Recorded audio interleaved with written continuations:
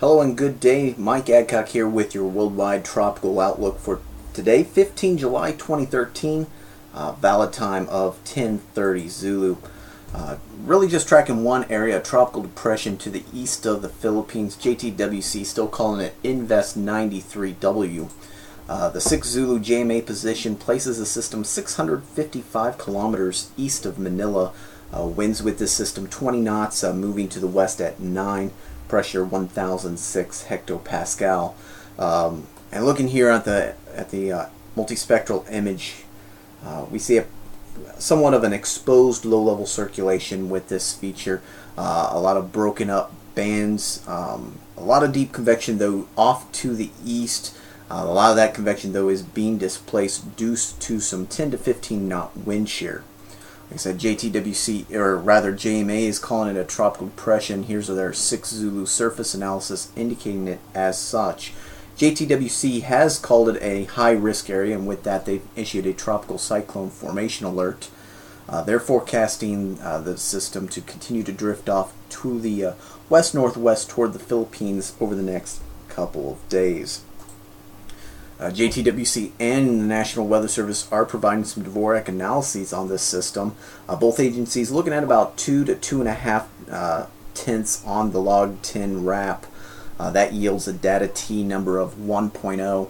Pattern and MET both agree, so bottom line looking at a final T of 1.0 from both of the agencies.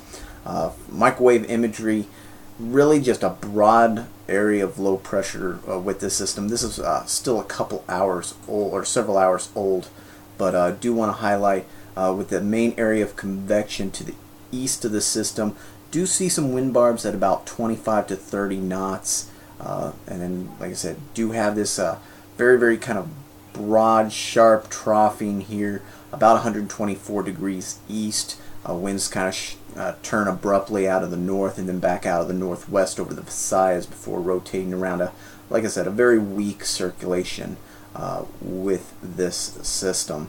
Sea surface temperatures are plenty warm though. Temperatures that are around 30 degrees Celsius. I do want to point out, just from our typhoon last week, do have a cool pocket about 26 or just below southeast of Okinawa. That's from Typhoon Solik last week.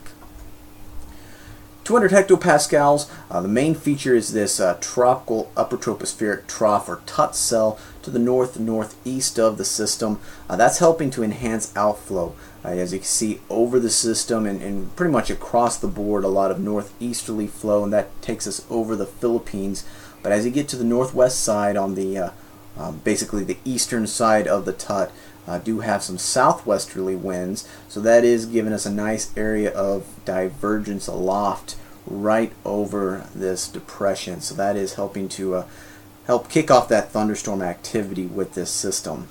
Shear over the system, like I said earlier, about 10 to 15 knots over it. With this TUT though, like I said, immediately over the cyclone center, pretty light winds, but on either side of it, looking at about at least 40 knots of shear, and the forecast does have this depression kind of moving off to the northwest,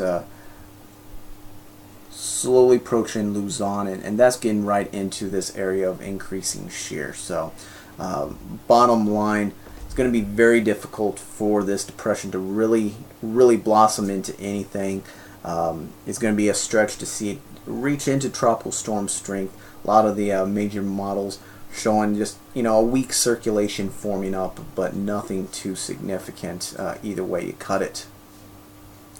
Of note, I do want to point out our MJO analysis here.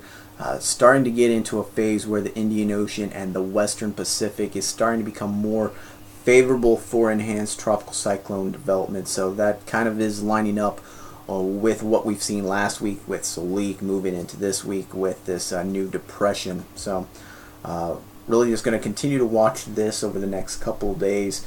May really just turn into a rainmaker for eastern Luzon, some of the eastern islands of the Visayas, but really by and large not a big event for this week. So that rounds up today's outlook. Thank you for tuning in. Have a great day and take care.